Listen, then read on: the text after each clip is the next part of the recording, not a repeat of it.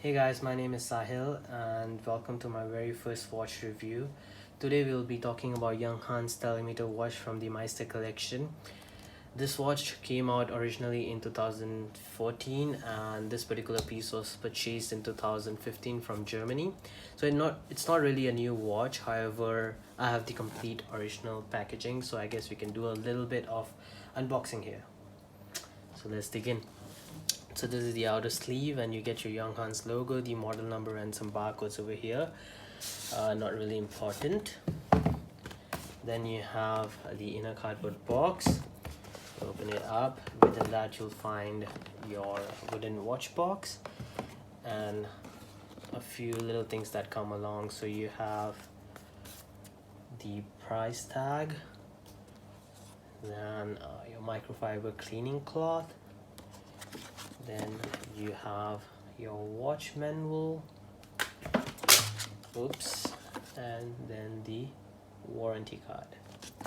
Putting all to a side, so this box, it's a really premium wooden box that I like.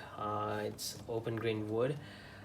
It really gives the entire presentation a vintage vibe, which is quite worthy of the watch that's inside. Recently, however, Junghans switched to a leather box, which I'm not really a fan of. I prefer this one. It comes with, again, the Junghans logo, Germany since 1861. I think this is a very good time to talk a little bit about the history of the watch, of the brand actually. I won't dig very deep about it. If you like to know more, you can just find other videos on that. Basically, Junghans started in 1861 by manufacturing clock parts for other companies, and they slowly moved into manufacturing their own clocks and wristwatches.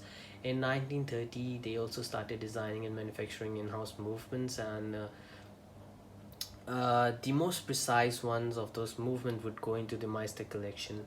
This particular watch is also part of the Meister collection, which was recently revived. So we can expect it to be the best from the company. And moving on, they are well known for their collaboration with the famous Bauhaus designer Max Bill, and the watches that came out from that collaboration was really beautiful. The minimalistic design, and for a long time I was going back and forth on which watch to buy. I guess a lot of people viewing this video as well would be having those thoughts in their minds, so let's see if you can clarify it after this video. Moving on, they became the first German brand to come up with the quartz movement, and also in the 1990s the first watch manufacturer to come up with a radio controlled watch, the Mega One. Okay, now open up the case and let's see the gorgeous piece. Give me a second, I'll just switch my position.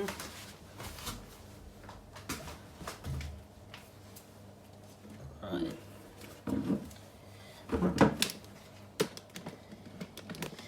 Okay, so here you go. Check out that gorgeous piece. Right.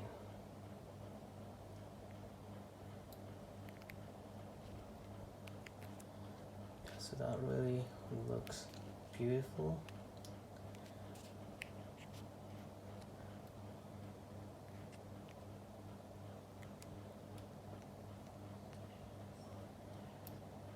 So there you go.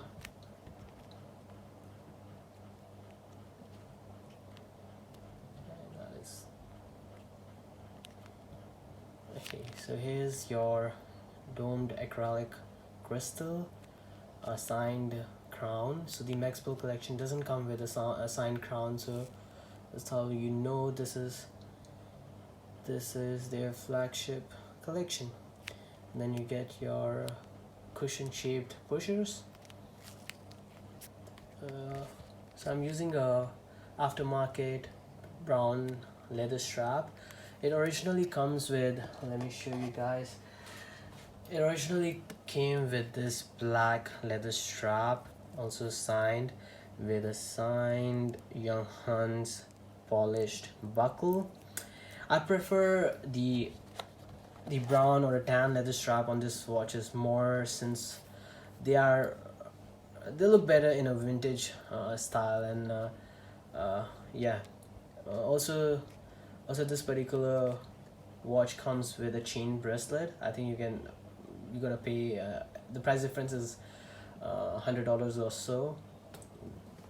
So if you are the kind who wants to go for a chain bracelet, you can go. So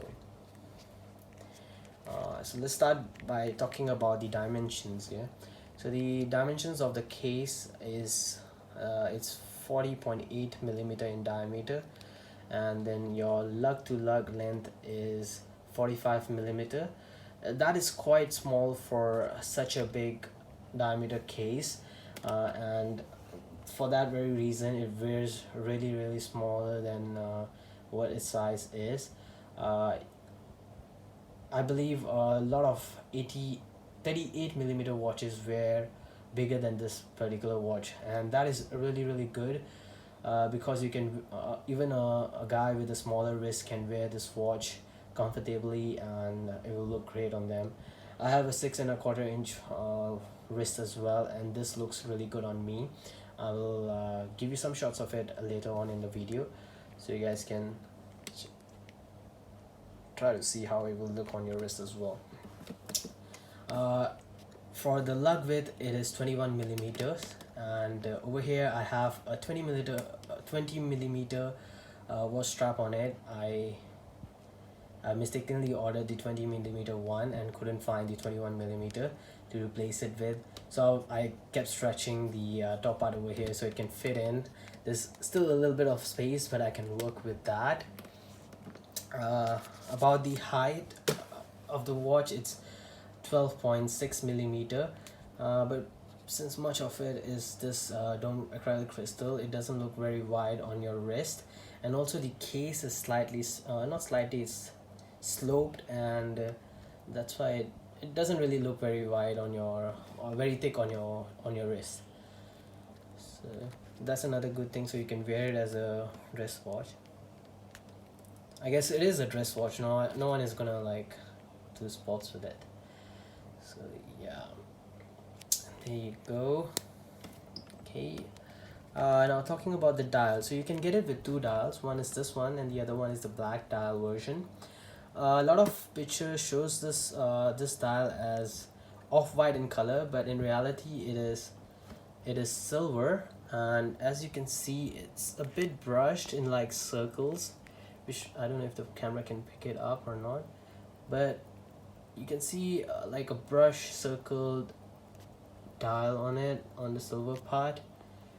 Yeah, I think the camera can't pick it up, but that looks really cool. Like, and you can see it at the near closer to the 8 o'clock and 7 o'clock position. So yeah, that looks really cool. And then you have your telemeter markings on the in the red color, and on the extreme edges of the watch you can see the chronograph markings. And then you get your two cutout convex sub-dials. At the 3 o'clock position, this is the running seconds, and then on the 9 o'clock position you have your chronograph minutes. It's a really beautiful dial. This watch is inspired by a 1951 chronograph that Junghans came up with, and this particular watch in this color looks really close to that watch in all terms. I think the only difference that I found, that watch was just a chronograph, and this one has a telemeter as well. And also the back end of the seconds hand is a bit different on the original model. Other than that, I couldn't find any difference. The color of the lume is same, the hand shapes are same, and yeah, it's just exactly the same. Or maybe the pusher buttons are different as well a little bit, but this looks really similar to that model, and it's really good. The lume, I have heard that Junghans uses an eco-friendly lume, and this really matches the vintage color, and not the neon green or blue lume that you get in the modern watches. Really love it. Yeah. Also the dial is quite it's quite a big real estate over here with very thin bezels, and that is necessary because there's so much things going on in the dial. You have so many functions. So yeah, but it looks really cool. So talking about the crystal is acrylic, acrylic crystal with a scratch resistant coating on it. A lot of people would talk about it that it's they would rather go for a sapphire crystal for such a at such a price range, but I think the company over here went for the looks rather than the functionality of the watch, and I guess that is good because you want to look vintage, and that's what you get in a vintage watch. And it really makes a lot of difference. You see, like the dial, it seems to be curving in from the circumference, and even the seconds hand, it seems like, I don't know if the camera will pick it up, so it seems like it's curving down. So but that's not really the case. The dial is pretty flat. It's just how the light is reflected through the crystal that seems to be curving in, and you can't get that with the sapphire crystal. Even though you have option to switch to that, the company will help you retrofit it with the sapphire crystal, but I'm not sure how much that costs and how the watch looks like after you have a sapphire crystal on it. But like this, I really love it. Yeah, watch your watches for don't use it as a daily beater. I guess it's not a daily beater anyway, so yeah, that works for me. All right, now let's talk about the case back. So here you go. It comes with a clear case back, which is also a plus point. The Maxwell collection comes with a solid case back. I really like to see the movement, and this movement is ETA based with a modular chronograph. Even though there's nothing much to see in this watch, it's really hidden behind the modular chronograph and the rotor over here.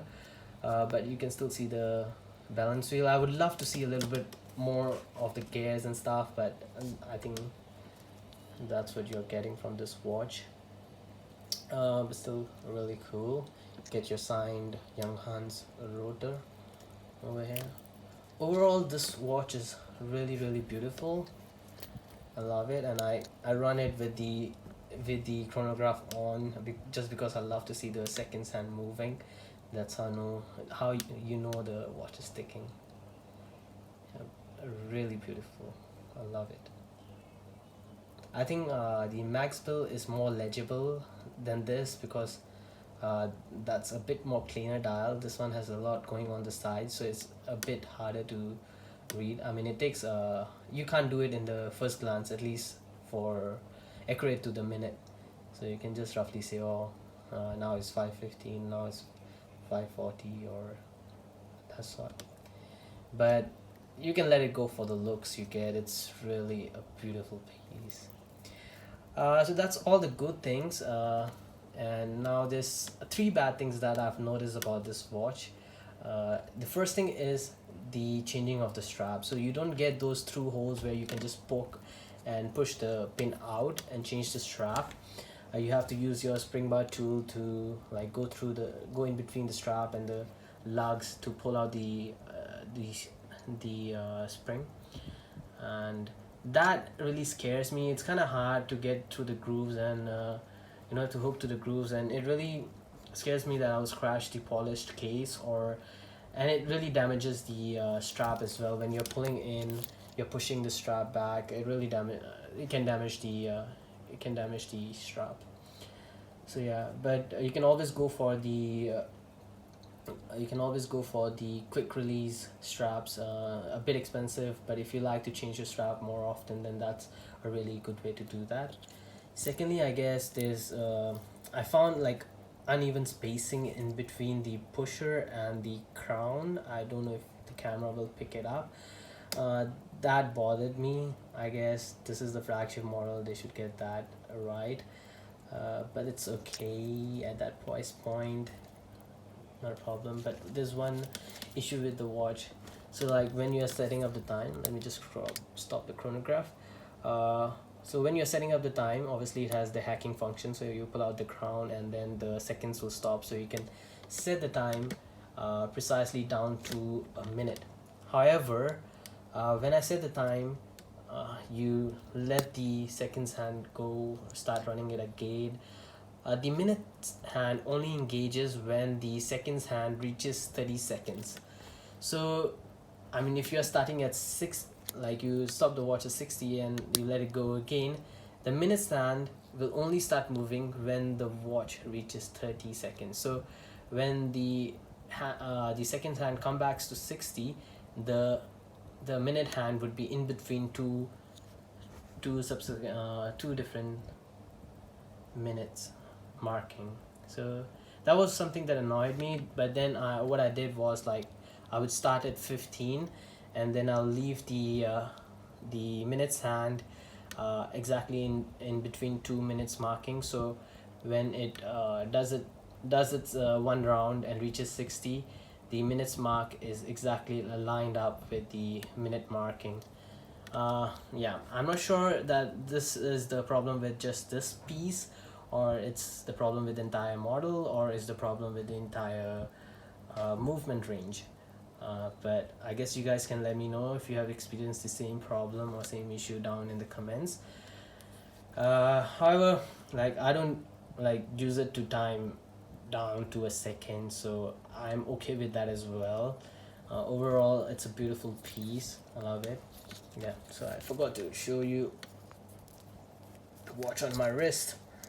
You just wear it real quick.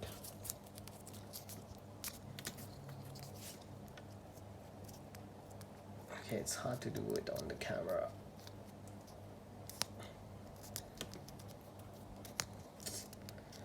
Wow. Okay, there you go. So I have a 6¼ inch wrist. Let it capture it, and that looks really perfect on me, I feel. So yeah, if you have smaller wrist, you can still go for this watch. Let me tighten up a little bit more. Yeah, so there you go. Yeah, it looks really good on my hand. So if you have a smaller wrist,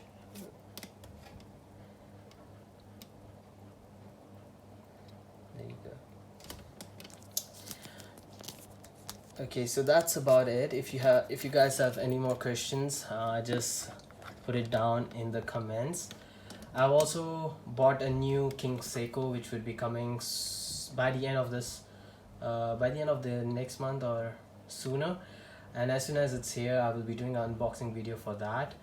That particular model, I have not seen a single video on YouTube, and that's why I wanted to do that.